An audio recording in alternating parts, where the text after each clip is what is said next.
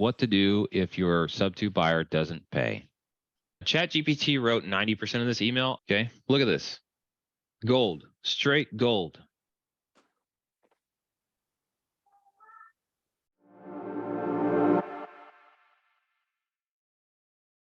By the way, if you guys are not using ChatGPT, you should check it out. It's really interesting. But I wanted to write an email that was meaningful. Mr. Tillman was the seller, and Mr. AZ was the one that's the buyer. And I copied my entire TC platform user group on this so that they could have a copy of this email. But now, so also do you. Here's the truth of it. I was the wholesaler, right? So I'm sorry about the inconveniences. I'm interested in helping, but I have no real power to intervene. So I'm just going to hopefully I provide some email. What command did you give to ChatGPT? ChatGPT wrote 90% of this email. I picked and pieced the parts and put it together so that it would say what I wanted it to say the way I wanted it to say it. If this has affected your credit, you may have legal remedy against the buyer. Further, if the buyer is intentionally withholding payments from the lender, it would be a serious criminal offense, equity skimming. That's basically me. Most of the rest of this is ChatGPT. I would suggest a meeting that was also me. To get things straightened out. If that doesn't fix things, Anthony can retain an attorney. Anthony's the seller, Mr. Tillman, Anthony Tillman. Note, if the buyer has rented out, now this is all ChatGPT that I just rearranged and maybe corrected one or two words. But this was from multiple prompts. If the buyer's rented out the property after obtaining it from you subject to the existing mortgage, I included that in my conversation with the ChatGPT. That could be considered equity skimming, which is a form of mortgage fraud in which the owner obtains a loan and rents or sells it without forwarding the mortgage payments to the lender. Now, if they were an owner-occupant just living in it for free, they would be defaulting, and that would not be equity skimming. But since they're getting paid for the property and then they're not making payments against it, it would be. Okay. If you guys want, feel free, take a screenshot of that. Somebody post that in the Facebook group. And tag me. What to do if your Subto buyer doesn't pay.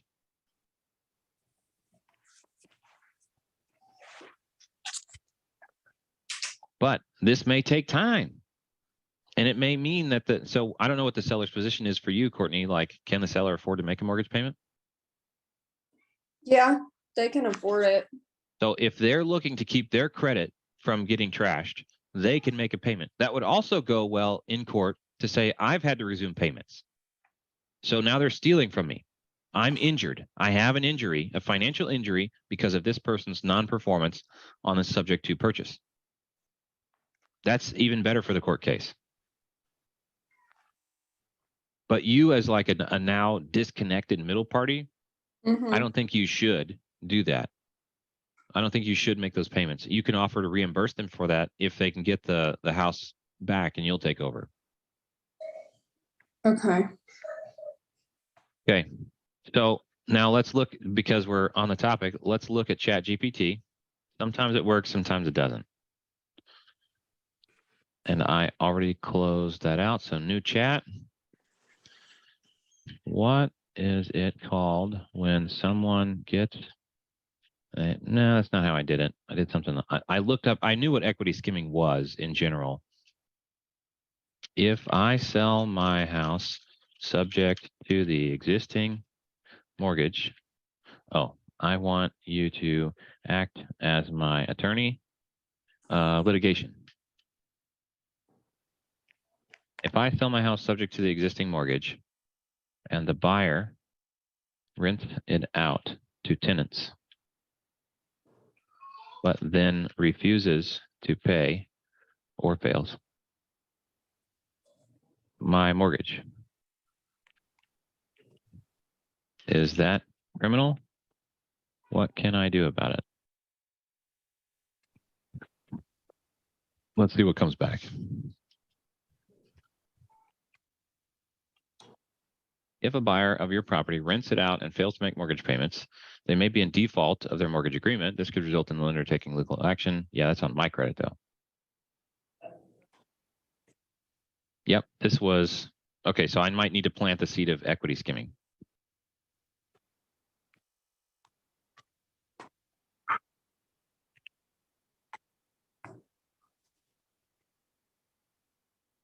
Now you see what was in my email.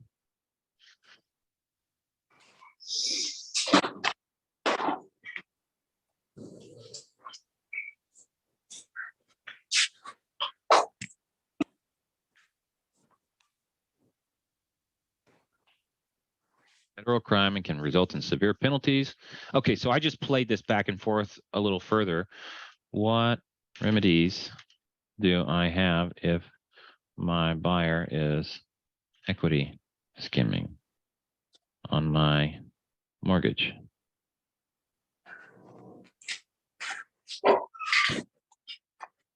A lawyer can advise you, blah, blah, blah.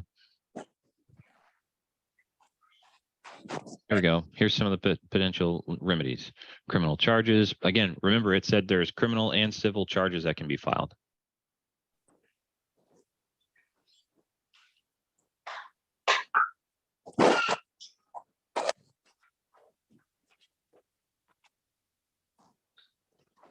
So I probably did 5 back and forth question and answers with ChatGPT, and I got enough to make that email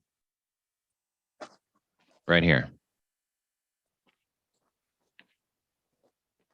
I rearranged some of it, right? I copied and pasted from one to the other. Is this helpful? We just went over ChatGPT, which 90% of sub-2s never touched.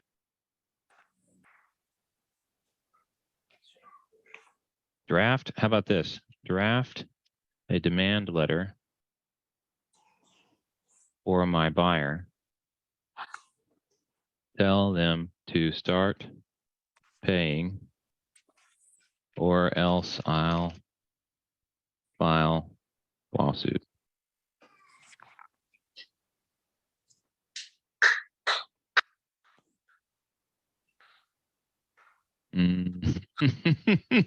They've been getting better at this.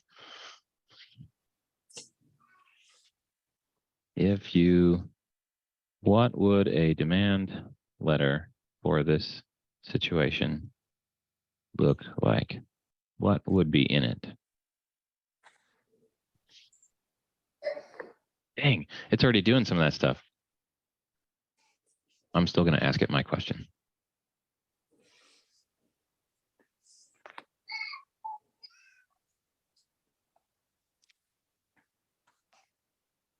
Okay, it's going to run through this for me. I'm like, man, I got a couple of graphics cards at home. Can I just run a private ChatGPT farm? This is free for now. Caleb, I just tagged you in the Facebook post. Sweet.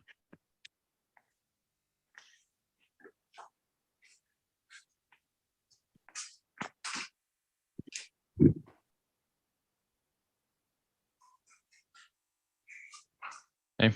I've also asked it, what would I expect to see in a franchising agreement? And it came up with section headings. Create a table of the sections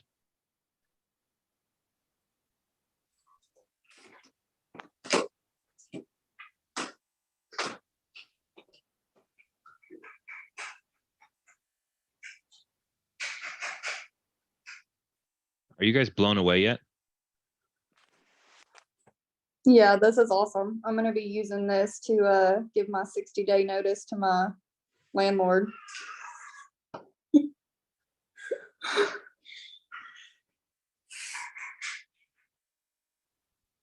Yeah, so GPT-4, this is ChatGPT. This is based on GPT-3. GPT-4 is like statistically, numerically 500 times better than GPT-3, and it's on the cusp of release. You won't need to come to these Zooms. You just chat with a bot. And look, each conversation is contextual. So this is real estate litigation attorney. Okay, watch this. It's only going to give you some information. What other sections might I find in a thorough demand letter here?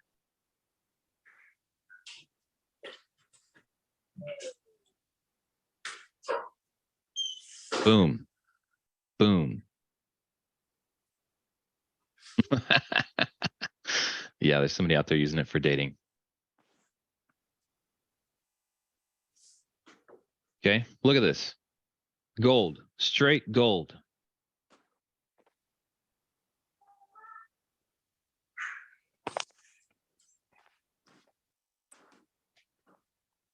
Okay, there you go.